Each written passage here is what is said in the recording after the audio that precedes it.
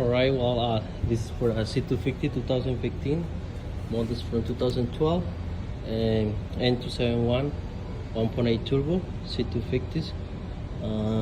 We're doing a high pressure pump, and I'm going to remove the intake manifold as well, replace the gaskets. We are replacing the push valve as well, just for regular maintenance, because after 80,000 kilometers, 60,000 kilometers, 100,000 kilometers, and the push valve go block, and then it's necessary to do it.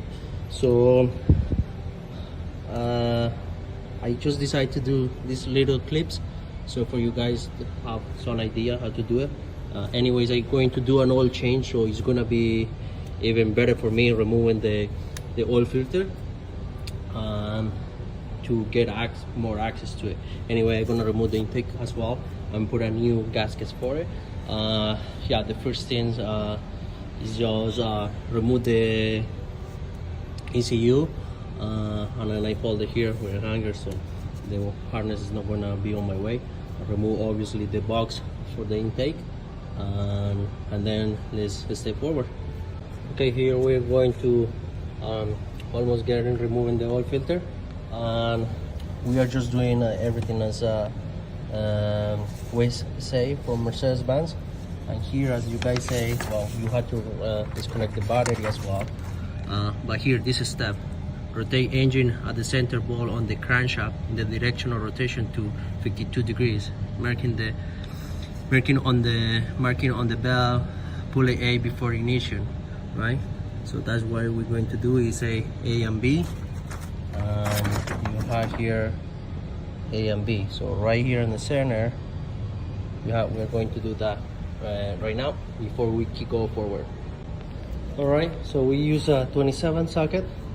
I didn't want to use the large wrench because it's not gonna be enough space. So with the 3/4 wrench, you can get access to it. And then let me see if you guys can see it there, number 52. So you're ready to go. So after we set the crank in 52 angle, we're going to proceed to disconnect the lines. This push line 2, it's a ball here, so we have to remove it. Connector for the high pressure fuel pump, intake manifold downstream, temperature, and then we're going to proceed to remove the throttle body. Also remember that we have to depressurize the system, so we're going to open the gas tank in the back.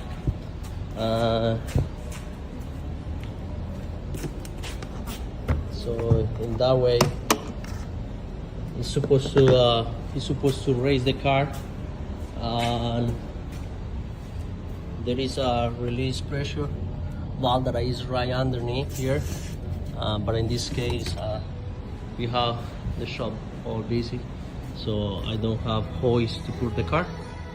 So this is what we're doing. Well, and here on a bite, so here is very tight for you to just get a tool or a screwdriver or a pick to remove it. So the best way to do it is removing it from here. Okay, you remove it here, you have access clear, and so it's very easy to do it. Now we're gonna start removing the 25 torque bolts to remove the throttle body. Okay, so now we remove the 4 bolts on the top. Now we keep going with the lower ones right there, using E10. It's a E10 torque. There is one bolt here, this one. Accordingly, we have just 8 bolts, 4 on the top, 4 on the bottom, so I'm gonna leave that one because it's not showing me that I have to remove that. In case if I get stuck or something and that I have to do it, doesn't look like it's attached to it, so I think we should clear. It's this bolt here, this one. Okay, here don't forget to remove this clamp, so you can get access to remove the push valve. And then I just find out that it's very easy just to keep the throttle body there and remove it with the intake, and then as soon as it's out, you can remove the throttle body and then clean it up, put it together, and then place it back as soon as everything is done there. Okay, this is where we are right now. at the end, it's very important to remove the throttle body. But you lose the intake, right? You lose it because you had to get access to disconnect this line, this one. So it's no way here because obviously you have the intake here. No way from here. So the only way that you have is from here. But here we have the throttle body. So as soon as we remove and lose the bolts and remove it, and you can get access here, lift a little bit, and then you can get access to the lower part. Is one of these bolts that is the hard part to reach. That is this side. It's on the left side, lower, and that bolt is more tricky to remove it. And then as soon as you remove that one, you can get access here, and then it has like a little green tab here, like grate. So you have just to push it in and pull out. So that one is right here. Okay, and obviously in the Mercedes-Benz just show 8 bolts, but actually is one last one that is that one over there. That is right there. So you gotta remove this one. If not, you're not gonna cannot remove the intake. Just remember that is the last bolt for it. Basically it's the same as the rest, and I always like to reach it with my magnet so I don't drop anything, and especially you don't want anything there. So we're gonna clean it up that, and then we get access to the fuel pump. This is the pressure valve relief for the gasoline, so we're going to do that right now. Okay, I cleaned out the ports and I just put tape to cover it. Now we're going to release the pressure, and then we're gonna disconnect the lines.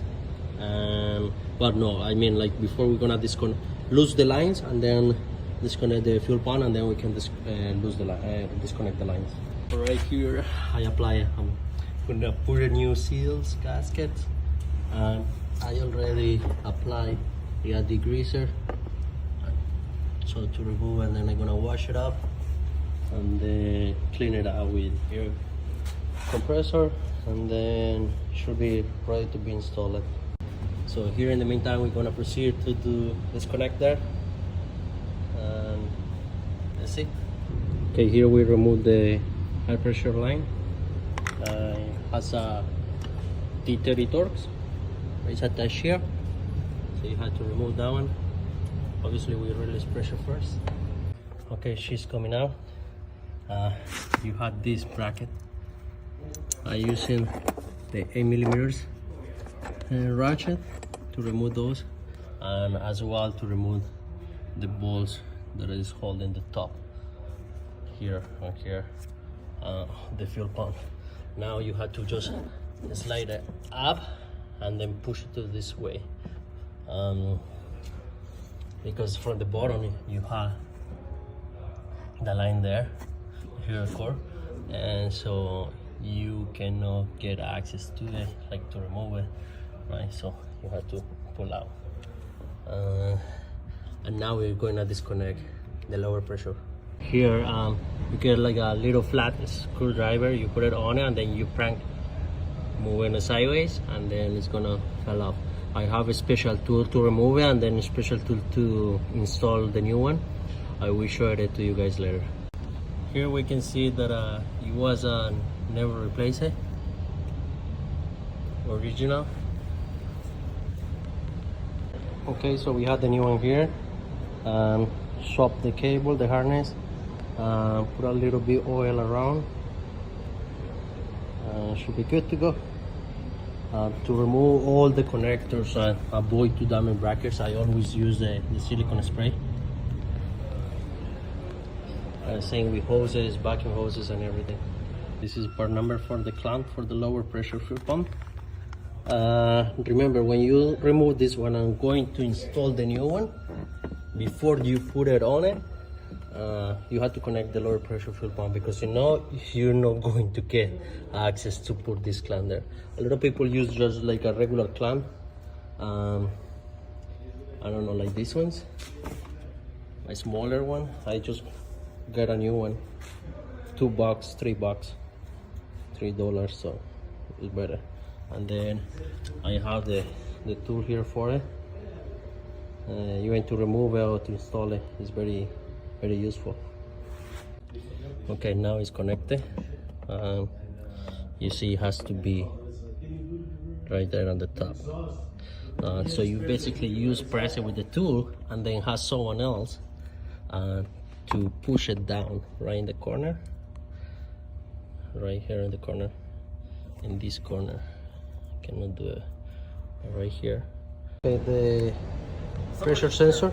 Yeah, Sometimes it's not necessary, you don't have a faulty one, but in my case I'm going to replace it. That's the part number. Okay, so I clean it up, my intake manifold, wash it up. I'm gonna remove the seals, replace it, and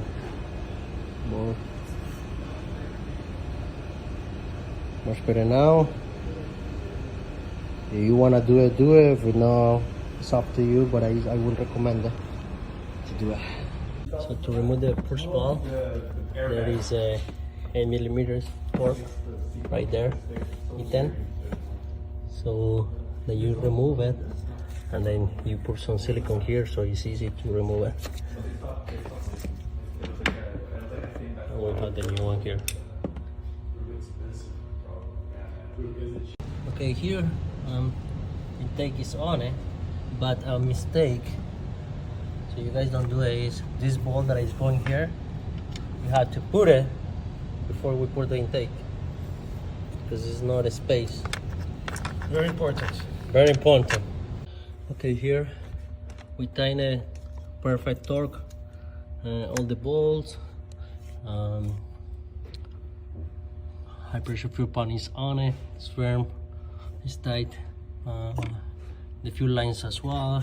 So now here we install the downstream intake manifold sensor, temperature as well. We clean it up, everything.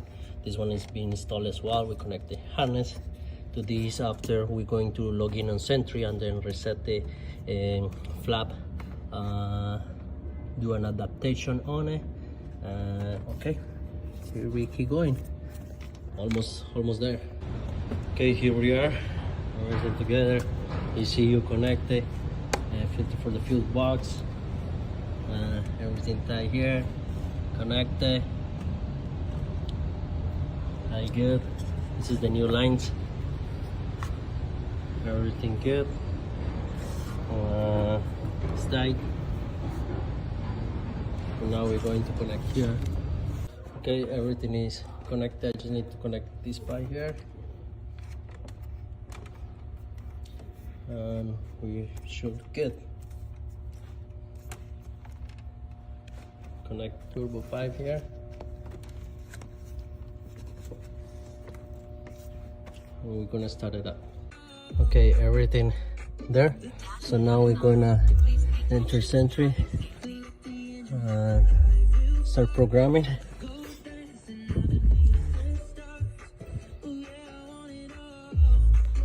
So restart values for the reset for the throttle body, for activation fuel pump, and adaptation, and then we should be good.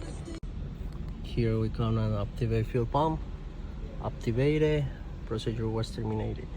Because we cleaned the manifold, so the sweep flap actuator motor, we're gonna activate it too.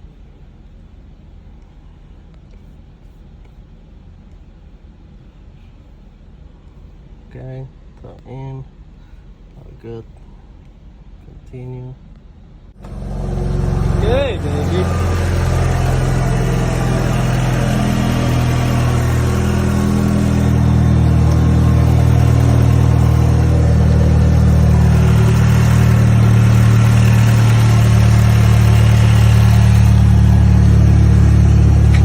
Like so far we are good.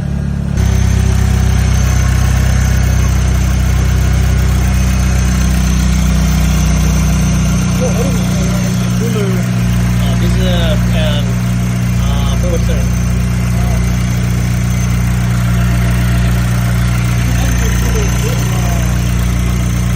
No, one is air coolant. The new, the C300, the 205, they have a little one here. Yeah.